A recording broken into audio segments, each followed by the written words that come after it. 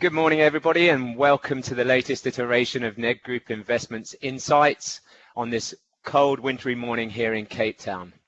My name is Robin Johnson, and in this edition, I am joined by David Levinson, our Nedgroup Investments Responsible Investment Specialist and expert in all matters related to ESG analysis and sustainable investment practices.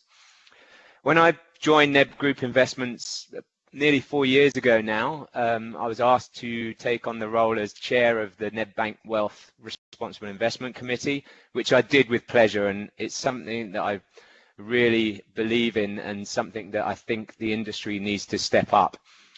In the next few days, we'll be releasing a research report that David has compiled on the back of 18 months of work into the responsible investment practices that are currently being applied across a wide range of asset managers who are collectively accountable for approximately 3.5 trillion rands worth of assets. So just let that number sink in. This research project, it was designed to establish some of the best practices that are being applied within this sphere of responsible investment and to share this information as broadly as possible across the industry.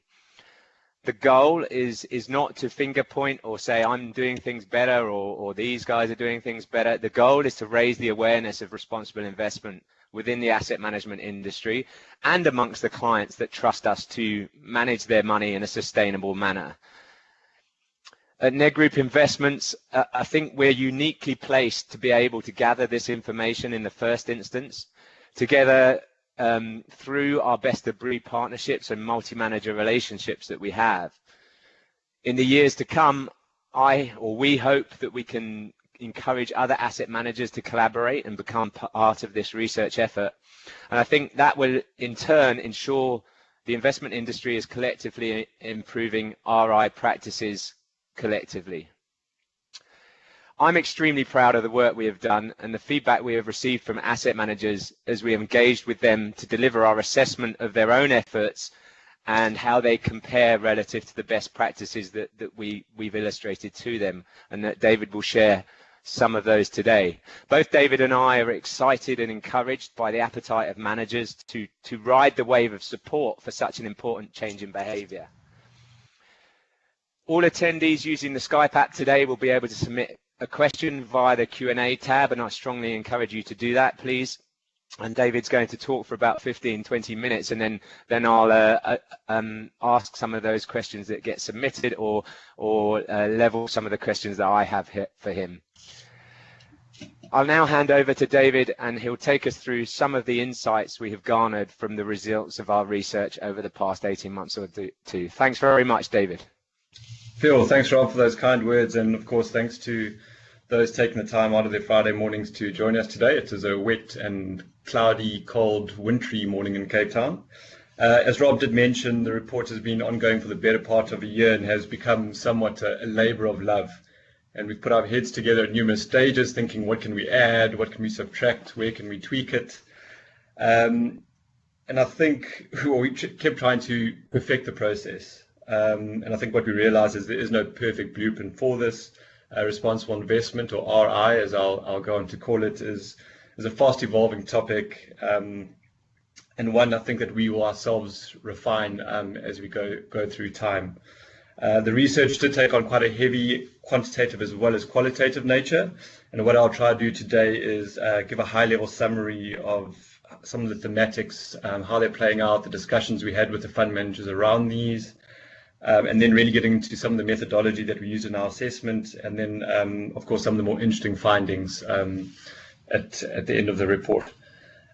Rob, you controlling the slides. If you can just pop to the next slide, please. So I thought I'd take a step back and give a wider lens of what the sustainability agenda is, and to steal a quote from Mike Brown, who was on this call 2 days ago, when asked, what would be one of the lasting impressions of the virus, and his response was sustainability and purpose. And I think during this virus, we have seen certain businesses really rise to the fore or step up to the occasion, understanding the dire social consequences of the lockdown, and really setting a precedent for businesses in SA and what it means in terms of their social license to operate. There were some good headlines last year. So Jamie Dimon, who's CEO of JP Morgan Chase, who have their own flaws, but we won't get into that today. But he chairs what's known as the Business Roundtable, which I think is around 180 CEOs in the US. And what they're trying to do is reframe the purpose of companies in the private sector. So historically, it's always been about shareholder return, and by reframing it, they want it to be people over profit, without ignoring profit, of course. But so businesses are starting to reposition themselves in their role in society, and I think COVID-19 may very well expedite that.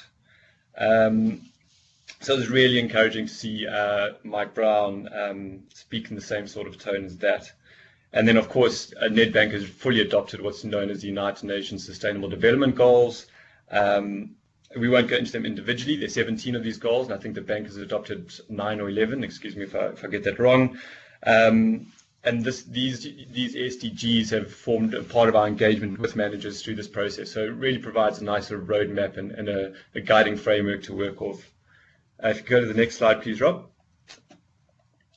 So I actually stuck this one in at the last minute. So the World Economic Forum that was on earlier in the year before the lockdown started was speaking largely about, funny enough, the environmental risks. So this is what's known as the WEF Global Risk Framework, with impact on the vertical axis and likelihood on the horizontal axis. This is actually the upper right quadrant that I've only included in this chart. So these were the real sort of severe noticeable risks. I've circled in red there, and you'll see the majority of them were environmental leading into the beginning of the year. And then probably more noticeable, if you look to the left, there is infectious disease. So that probably has moved up in their scale. But I think what the point you're trying to make is it's no longer maybe feasible to talk about the environmental concerns and the social concerns in a separate sentence. If you can go to the next slide, please, Rob. So often the industry refers to RI, responsible investment, as ESG. So that stands for environmental, social, and governance. So what I'm going to try to do is I'm not going to go through each individually. So I've just chosen one today, which is environmental. I'm going to talk about some of the thematics that we've chatted with the fund managers about, and how it might infect the investment universe, because often some of these things can seem quite opaque initially.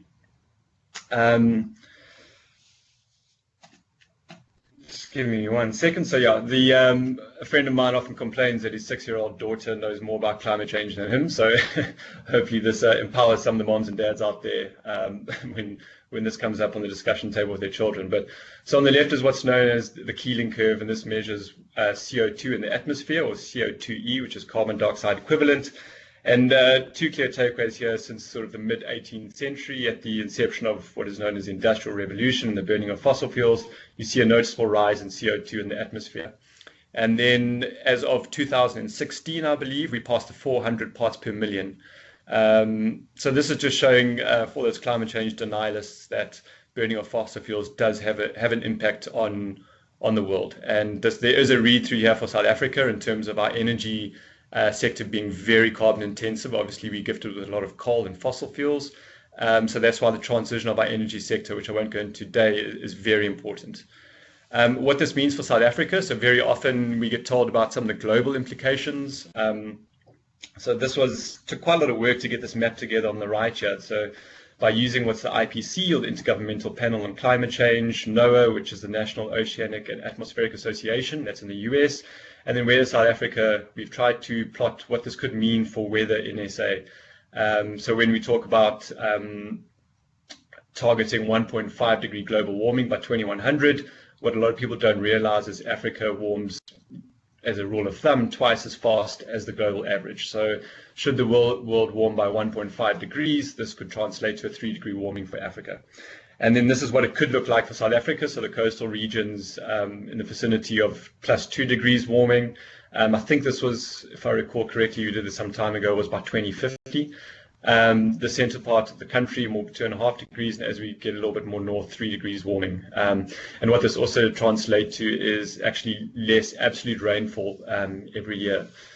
So quite worrying. If we think about South Africa being one of the 30th driest countries in the world, and in the sustainability circles, people often talk about what's known as the energy, food, and water nexus, and you can't talk about those ones independently from one another. Yeah, so these will have huge implications locally for our agricultural systems, our biodiversity, human migration and urbanization trends, which we are already seeing across the continent and the world for that matter, food security, and then arguably, and most importantly, is water security, and what that'll mean for South Africa. So these thematics are all well and good, but what does it mean for our economy? Because it is a consequence to GDP, and what I've tried to capture in the next slide, Rob, if you can shoot across, is this is a very incredibly interesting chart in my view, and unfortunately I cannot claim propriety over it. This was pieced together by World Bank and Notre Dame, and then an economic research house known as Capital Economics in London. And what this tries to do is it plots the impact of a 3-degree global warming on economies around the world. Please excuse all the green, that's the Nedbank color codes.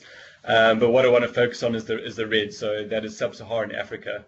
So some countries, each dot represents a country, and more importantly, I want to focus on the horizontal axis, and that is the impact on GDP. So sub-Saharan African countries are, you can see some of them sort of -5, -10, and I think the furthest is about -18% impact on GDP in a 3-degree warming world. So this obviously has a massive implication for businesses in South Africa and what the future sort of economy of SA might look like from an industrial point of view. So this was just a very quick example of an environmental issue that we've been chatting around with our fund managers.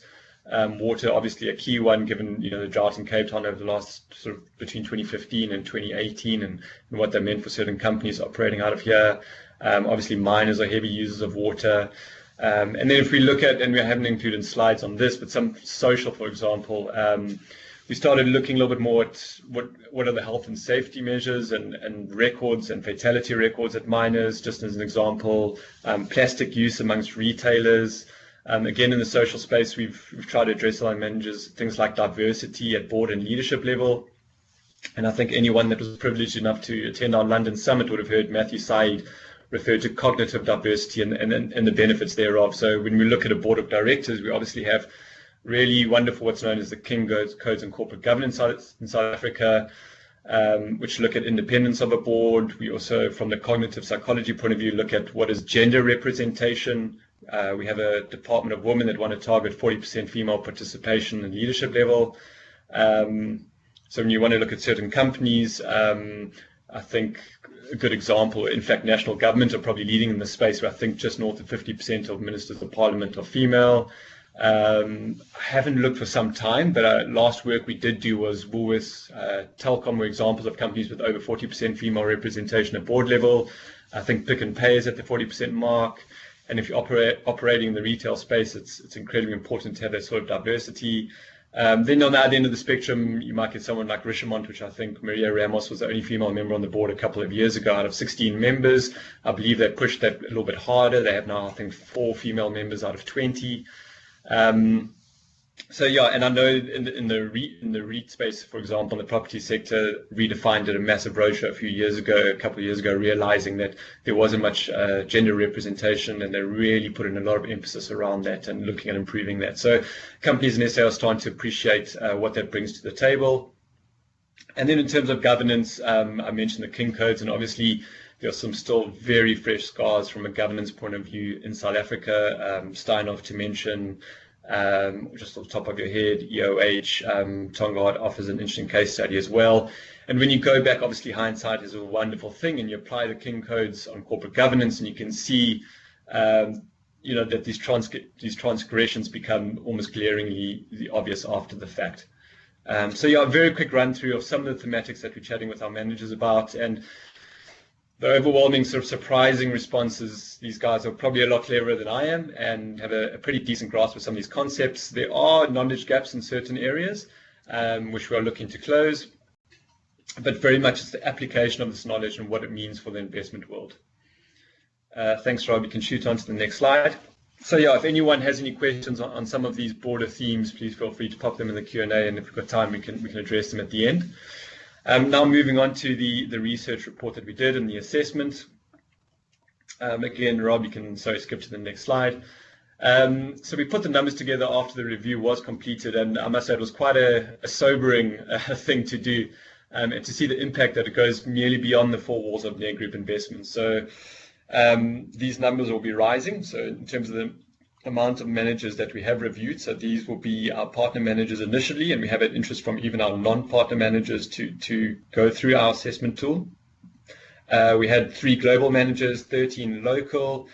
They're just a bunch of numbers. So some of international AUM, that's Nedgroup AUM, was 55 billion rand, locally 216 billion, together it makes 271. And then the 3.5 trillion at the bottom is just the managers that we assessed. We included all their AUM, not just the Nedgroup Investments AUM, because this is not a fund-specific research that we did. It's actually a research on the asset managers themselves. So, yeah, like I said, quite a sobering thing, and it made us realize that given our best-of-breed model, we're in quite a position of privilege to inflict real change amongst numerous managers across South Africa and globally for that matter. Thanks, Rob. You can shoot to the next slide. I'm very sort of apprehensive to get stuck into text-heavy slides, so I can go through just some of these key findings quite quickly. So these are the key findings of the review over the next 2 slides. For example, the first one in South Africa, the main pressure point for ESG adoption is not yet coming from individual investors, but from institutional asset owners or allocators. So maybe that's one of the disappointing things is the man on the street is not really pushing the fund managers on this. There's been some very encouraging developments in the civil society of late, and a lot of organizations and NPOs really pushing companies in terms of things like climate change and their social practices. And there really is an encouraging trend to see that they're getting a broader voice in the discussion. And I think and I hope that companies are becoming far more receptive to that. And if you do attend a conference, generally in Europe, for example, who seem to be leading in the ESG spaces, ESG is very much at the forefront of the discussion topic. If a fund manager stands up and presents, even before he's talking about performance and what might be some of the portfolio changes or the macroeconomic events, ESG is at the forefront of a lot of that thinking. And South Africa might be slightly laggards in that sense.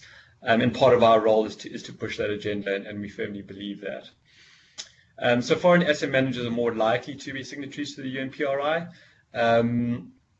There is an expectation coming from the client base. We at Nedgroup Investments, we realize we're not pushing this UNPRI agenda on our managers, or at least for them to sign up. A lot of the fund managers that we deal with are smaller houses, and whether it makes financial and personal allocation sense to sign up is debatable, but we do encourage them to embrace the principles of the PRI, and similarly for CRISA, which is the Codes for Responsible Investing in South Africa.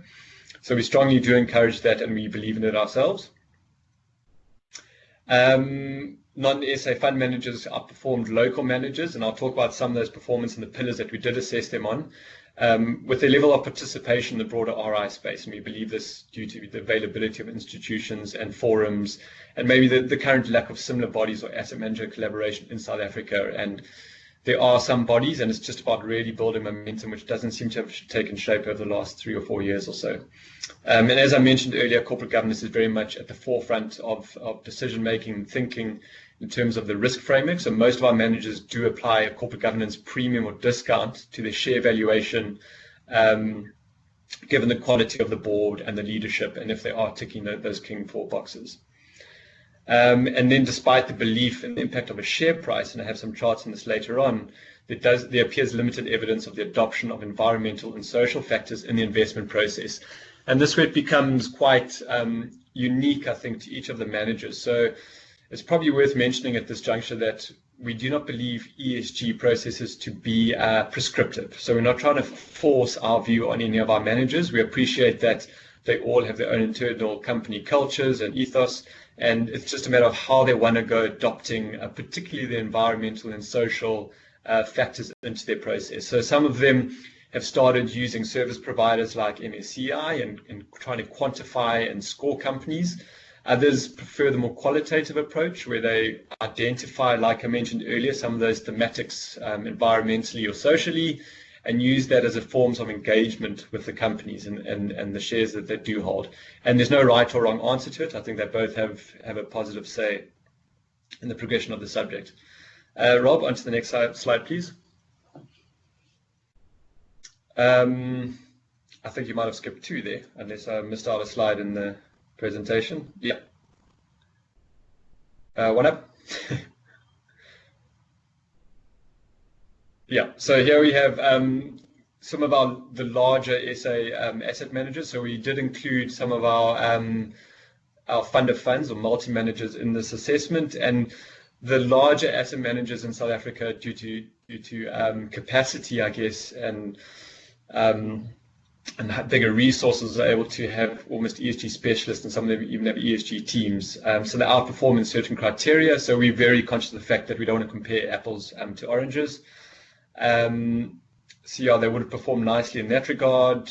There is a respectable level of subscription to third-party ESG service providers. There is evidence to suggest that some of these service providers, so MSCI, Sustainalytics, Truecost are some of the examples, seem to show a low correlation in how they score companies across ESG. And it was encouraging to see that a lot of our fund managers, although they do use them, they place far greater emphasis on their own internal ESG valuations and research. I think in the perfect world, and this has come out quite often, is that your typical sector analyst would become their ESG analyst as well, and there wouldn't be a separation of roles.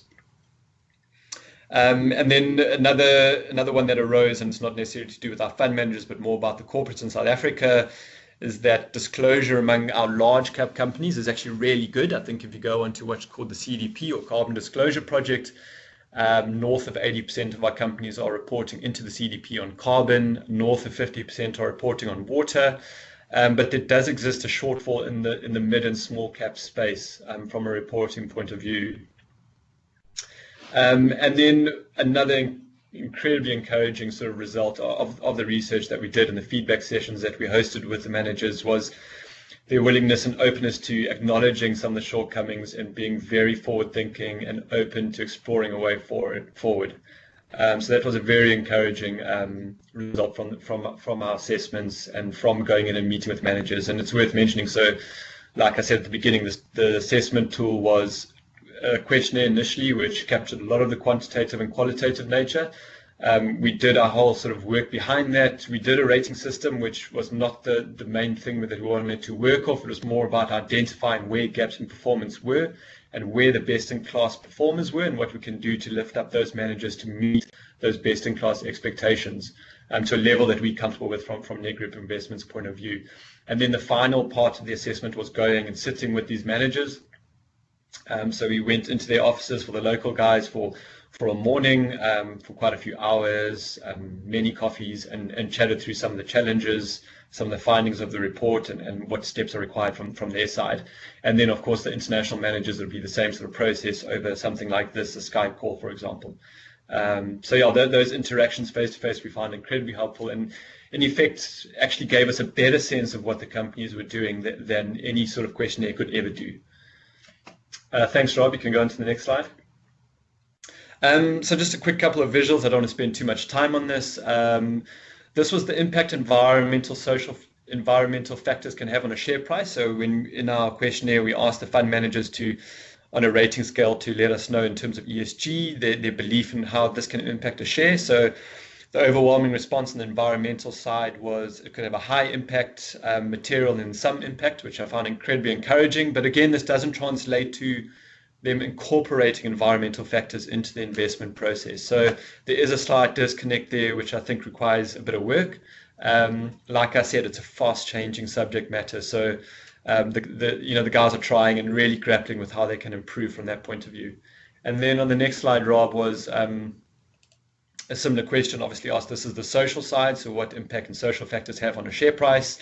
This one is skewed a little bit more to the left, where it could have some impact. In fact, out of ESG, social was sometimes the hardest ones to at least measure and quantify and understand, because each sector came with quite interesting nuances. And then the final one, Rob, was, and this was what we thought we'd expect to see, was the impact governance factors can have on a share price. And this almost looks like one of those old penny farthing bicycles. So material impact, high impact, and then surprisingly, one of our global managers who in fact we no longer partner with said it had minimal impact. So Yeah, particularly the South African managers, the majority of them did say that governance had a material impact on the share price, and obviously the recent scars are evidence of that. And then on the next slide, thank you, Rob. So I've mentioned briefly the 6 pillars that we worked off, and here we list them on the left. So commitment, or at least commitment to responsible investing, and here we looked at a few things like whether they had a responsible investment policy document, who was given sort of charge of the responsible investment internally. Was it the CEO, the chief investment officer, as opposed to maybe some sort of junior ESG analyst who sits in a corner? And that creates us a sense of buy-in and how determined and committed they are to the RI process. And the second pillar is integration of ESG factors in the investment decision-making process. And this talks largely to the principles laid out in UNPRI and CRESA, and what degree are the analysts and the CIO taking ownership of the ESG factors. And then thirdly is proxy voting participation, and this is obviously becoming increasingly important. And we are pressing our managers a lot more, and I do have a slide on that later on, in terms of how they are voting and some of the rationale behind that voting, and are they applying critical thinking and the best codes in terms of how they vote on things like re-election of directors, and remuneration policy is obviously something that's become more prevalent as well. And then pillar number 4 was responsible ownership and the depth of quality of corporate engagement. And I've bolded engagement there, and I think this pillar we actually gave the most weight to in the assessment. And I'll touch on that briefly, but it probably requires a presentation in itself. But we also appreciate that in South Africa, it's very difficult to take on what's called a negative screening or an exclusionary approach, where you don't want to invest in a company for reasons X, Y, Z, and sometimes, and not in every case, sometimes you can have more of a positive impact by staying vested in that share and really trying to push companies to behave more responsibly. So we put a lot of emphasis on engagement, and in our discussions with the guys, we're looking for a lot of feedback on which companies they engaged with. Have they recorded these engagements? Importantly, have they followed up on these engagements? And then most importantly, have the companies responded in kind? And then pillar number 5 was ESG transparency and disclosure. This was where our international managers did really well, and 1 or 2 of the local guys as well. Are they putting their voting records in the public space? What are the client communications around ESG topics like? Because they do come with an educational element as well. Is this on their webpage? Some of the local managers do a quarterly stewardship report. The majority of the international guys do as well. So it's really about being proponents for ESG and RI, and really trying to get some sort of critical momentum here in South Africa as well.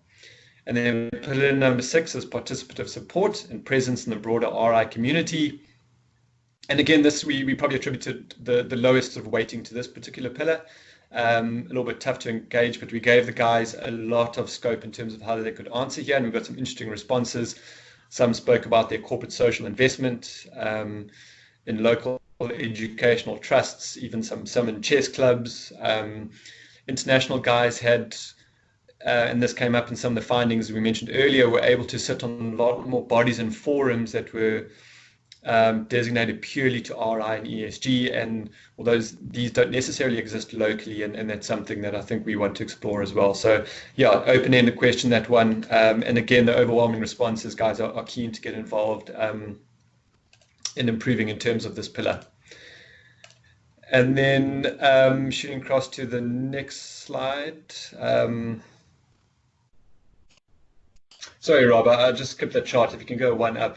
So I didn't really speak to that. So the chart on the right this was the average rating, how we score them across these different pillars. And like I said, the third one down, engagement, took on the greatest weight. And when we reported back to our managers, we gave them their scoring across each of these pillars. We told them where they were in terms of their ranking, and maybe we took some of the best practices from those that were doing really well in each pillar and putting these forward to the other managers to explore and see if it's something they could add to their own arsenal as well. So some managers performed well across all of them, some across 1 or 2 of them really well, some of them, across 1, and they made that their core focus, and we understood that. But yeah, again, the overwhelming responses, guys, are this. One thing I realized is they're very competitive and they want to do well against their peers. So it's quite nice to play off that competitive nature that the fund managers do have. And then on the next slide, please, Rob. I'm not going to go into each pillar, so I've just chosen one for today, which was commitment to responsible investing. And this is an example of some of the feedback that we gave the guys, and what we were looking for. So those bullets on the left, the responsible investment policy document should be updated regularly, and we've identified this as best practice, given the evolution of the subject matter that is both complex and fast-paced. And typically what a lot of the RI policy documents have, and I think all of them have one now out of the managers that we deal with, is a lot of them might be a bit thin and allude purely to creaser. And what we like to see is a little bit more critical thinking, and particularly to take a stance on things like some of the global sustainability challenge that we spoke about, a stance on climate change, at least some sort of recognition for some of these bigger challenges that are playing out. And then, of course, the best-in-class policy, that third bullet down, defines the assessment of corporate governance, incorporating such factors as board independence, skill set, diversity, and experience, which I spoke about earlier in terms of gender representation, racial diversity, cognitive diversity. And then we've also discovered, when you start looking at corporates, that remuneration can be a big driver for change. So in terms of non-executives attending board meetings, typically what you want to see is an attendance fee. Another one that pops up is overboarding, where certain non-executives are sitting on too many boards and are rather stretched and therefore aren't providing the necessary oversight to that company. And then probably most important is the third bullet at the bottom, the alignment of long-term executive remuneration with shareholder interests in company, environmental and social performance. So when we start looking at companies, and this goes back to what I mentioned about from Mike Brown and even Jamie Dimon and the Business Roundtable earlier, is we need to start thinking a little bit more long-term. So what is the composition of a CEO's short-term incentives as well as their long-term incentives? And it's no longer purely looking at HEPS or headline earnings per share, return on equity, shareholder return, but we're slowly seeing a creep in of more environmental and social factors in terms of how they're remunerated. An example, PPC Cement have built in CEO remuneration around the intensity of carbon emissions emitted per ton of cement. Sasol's a work in progress. I believe they're focusing a little bit more on energy efficiencies, and the new CEO has done a roadshow recently around their targets in terms of CO2. I think lowering 10% in South Africa, and I'd stand to be corrected, but I think they're looking to lower from 60 million tons to 50 million tons locally. And then social has taken on a bigger focus, I think, in terms of the mining space, and a lot of CEOs are rewarded in terms of their health and safety measures and the amount of fatalities they're able to limit. BHP, I think it was Andrew McKenzie at the time who was CEO, had that Minas Rio spill in Brazil, and I think took zero short-term and long-term bonus that year. These are some encouraging developments, and shareholders are starting to put a lot more pressure on companies on this, which is encouraging to see. And then on the right is the spoke to in terms of the buy-in from our fund managers. This is just one visual representation of who was responsible for drafting the RI policy document, and again creates a sense of buy-in. I won't talk too much to the slide, but there's a lot of sort of charts like this in the report, and like I said, we've just tried to give a quick highlights package of some of the findings here today. And then on the next slide, please, Rob. So as I mentioned the importance of proxy voting a little bit earlier, and what we are starting to do, and we're going to be rolling this out in the next week, which we're very excited to show.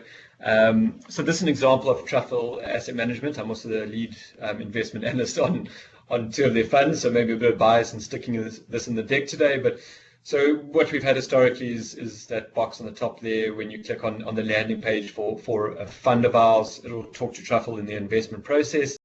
And then we've incorporated for each of our managers a separate section which talks a little bit to their approach to ESG. So here, for example, Truffle embeds environmental, social, and governance factors into its investment decision-making process and supports this by factoring non-financial risks into company evaluations. And then this affords Truffle a holistic view as it seeks to actively engage investee companies on sustainability issues. So Truffle are an example of where they incorporate a ESG sort of discount or premium to the share price, and then work around some of the qualitative data in terms of the engagement with companies. And they sent me quite a wonderful piece a couple of weeks ago on the engagement with Sasol around what are some of the realistic solutions they can put forward in terms of lowering their emissions at places like Secunda, although this is obviously very belated. Secunda and Sasolburg, obviously being incredibly dirty parts, if not, I think, some of the most, what's the word I'm trying to think of, high emission zones in the world. So a lot of work to be done there, and then look at some of the financial viabilities and where technology is at. So it was quite a nice piece together, and we'll probably be sending something out to our clients in the near future on that. And then what we've also built, which will be coming live in the next week or so, is the responsible investment landing page for each of the funds as well. And then this is an example where if you clicked on the truffle fund, I think this was the balance fund as an example, you can then click, and this is just the first four names from an alphabetical point of view, what are the holdings in the fund, and you can see how they've voted over the course of the year. So yeah, we're uploading our 2019 and Q1 2020 data. And then you can click on each of the companies and you can see how they voted. I haven't included that screen here today, but hypothetically on Anglo American from the bottom, you could click on Anglo American. You can look at all the resolutions that the fund voted on. In the last, I think we're going to look at maybe the last 2 or 3 years in terms of where we go back. And interestingly, and we're very keen on this idea, is when you click on where they voted against something or any of the resolutions, you can see why. What is the rationale behind that? So at Anglo, they voted against the re-election of a certain director. I won't name the individual, but you can click on and see why they voted against them. And that individual, their view was they were overextended, sitting on too many boards and wasn't able to allocate sufficient time to Anglos. Or if they voted against a remuneration policy, for example, why did they do it? What were the shortcomings? Which I think is quite a nice tool and gives you a little bit more insight to what might you just see on the surface, and at least showing there's also a lot of critical thinking going on behind it, and whether it's the application of King 4 or if the manager's gone beyond that and used their own sort of assessment in the process. And then I realize I've gone through very quickly, but the final slide, please, Rob, is, again, this was one of these sobering things where we decided, well, let's draw a world map and see Nedgroup Investments based down in Cape Town, how our universe and where does it extend to. And we deal with a manager in Australia who manages our global property fund. So their total AUM is $6.2 billion. Our African footprint as well. So this is our best of breed managers, as well as our multi-manager fund of fund managers, as well as our cash solutions as well. And core products, and we see we have $235 billion. In Europe, we have Veritas as example, managing our global equity fund. I think they were to the tune of 19 billion, and this will be added this year. These numbers will be even greater as we start including Ardevra and some of the other managers in the US. Obviously FPA we have over there. We had Chartwell who were included in the assessment. They no longer work with us, but yeah, so it's just quite sobering to see the wide footprint that we do have and the say that we can have in this agenda. And we're very excited to build on what we've done this year, because this has really been a platform building year for us. And a lot of learning, a steep learning curve, and a lot of learning experiences. And I think another thing worthy to add is there's been a lot of self-acknowledgement from our own point of view going on and saying, where have we underperformed? Where would we like to be? So it's not a matter of being antagonistic with our fund managers, but rather working sort of symbiotically together to get up to a level from an RI point of view that we are comfortable with and to play in the public space with. So Rob, I realize I've gone on for quite a long time. I apologize. I don't know if you have any questions at this point. Thank you very much, David. That was certainly quite comprehensive. As David mentioned, I think the subject matter is so broad, and we could talk for an hour on all of the pillars and all of the all of the drivers behind each of those pillars. I would like to just mention again, please submit a question if you'd like me to pose it to David. I have had some questions in already. I'll start with one of my own, though, David. You talked about how we went and we engaged with the asset managers who had been part of the review and sat down with them and gave them effectively their scorecard and how we thought they were doing in this area. Have you got any anecdotes or examples of how they received this and any changes that were implemented on the back of these meetings? Yeah, Rob, it was fascinating because you go to some of these meetings and some of them are really at the early stages of their RI journey. If we think about the spectrum of ESG or responsible investing, and some were quite well advanced, and those discussions took on quite a different tone. So the guys who were advanced had implemented all the right policies and procedures. They were pretty well versed in a lot of the bigger agendas taking place. Yeah, so a bit of context. I did my postgrad in climate change, so this topic is quite nice to share a lot of information around it and what it might mean. And some of these themes do take place not necessarily over 6 months or 12 months, but could be over years or even decades. So it does become challenging, but those discussions were very critical and hard thinking and debate orientated and a lot of fun. And then the other guys at the beginning end of the spectrum, for example, one of our managers that we went in didn't even have an RI policy in place, and they were showing the right attitude. They were saying, we acknowledge that we are lagging in this regard, and in fact, since we started the assessment at the beginning of the year, and when we met with them at the end, they had assigned champions internally in terms of RI. They had somebody leading the space, putting together the RI policy document. So we saw a lot of positive changes from them, where they would have been embarrassed at the start of the year, and at the end of the year, they're somewhere in the mean, even at the up end in terms of how we might rate them. So we've seen a lot of encouraging developments purely on the back of our initial questionnaire. So it's nice to see that change happen. And whilst we're talking about the asset managers, we had a question in that asks, which of the Nedgroup investment funds are more socially responsible? Would you like to have a crack at answering that, or which of our managers were embracing the subject matter fully? I mean, like I said earlier, each manager has its own sort of internal culture and therefore the way they want to approach ESG or RI. So some of them do try to quantify these things. Some of them use it as a base for engagement with companies. As an example, on the social front, when we met with the guys at ABAX who manage the Rainmaker Fund, the Entrepreneur Fund, and the Flexible Income Fund. And again, I won't go into it now, but obviously these different asset funds, a fixed income sort of ESG can read quite differently to an equity ESG. But we're very, very encouraged to hear when they engage one of the mining companies that they hold. And this mining company did their governance roadshow and came in and said, look, we're providing housing, and there's actually an ownership plan where the employees take ownership of the housing. And then the guys at ABAX took that question the next step further and said, are you giving them financial training and what it means to pay back on a home? Are you giving them the training in what it means to example, I mean, that story came out of Lewis selling a washing machine that would have retailed for 4,000 and the person ends up buying 18,000, paying 18,000 because they don't understand how credit works. So are you training them in terms of credit and financial management of a home?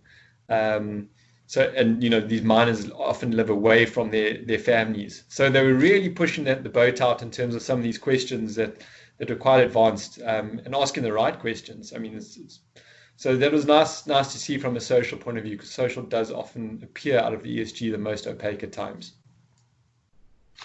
And you mentioned during the presentation that we placed quite a bit of emphasis on engagement. And do you have any examples where the asset managers have engaged with corporates on the ESG factors?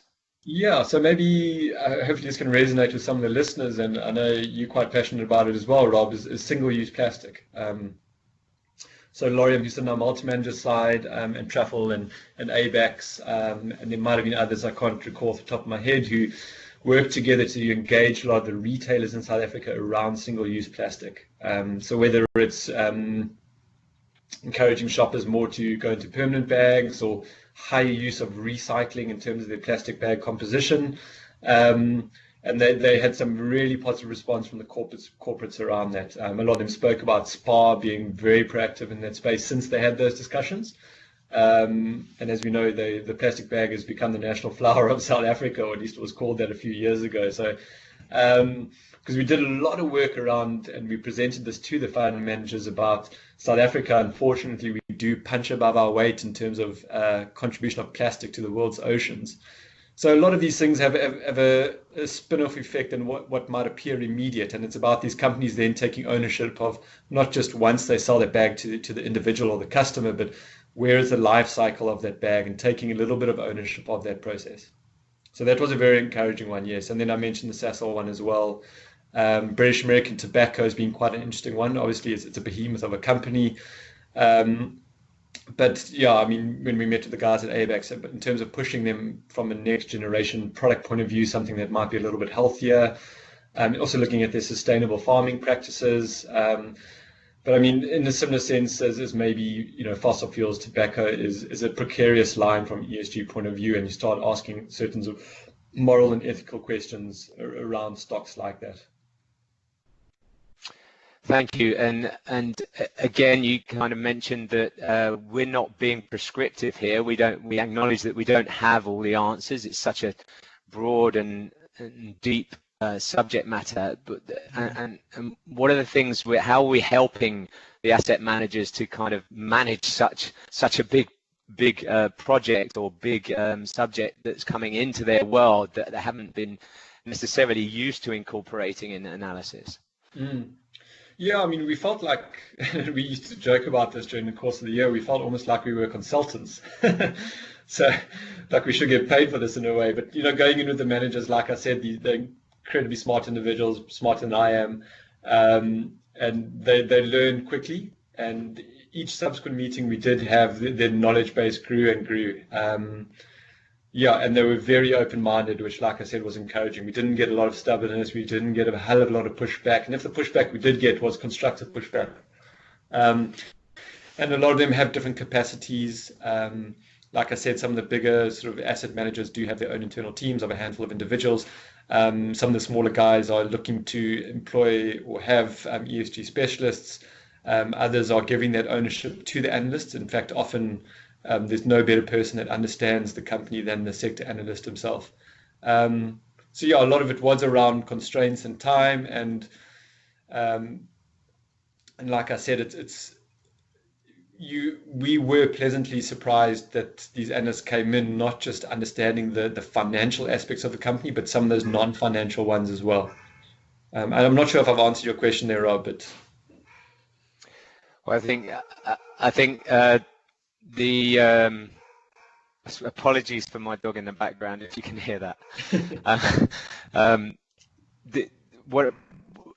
What I think we recognize is that these guys are trying to take the subject matter into their own hands, and what we've encouraged them to do is to find an affinity with an area that they have belief in, and then it tends to drive their understanding and drive their appetite to engage with businesses that within that sphere of scope, and if they start small, then it can grow from there.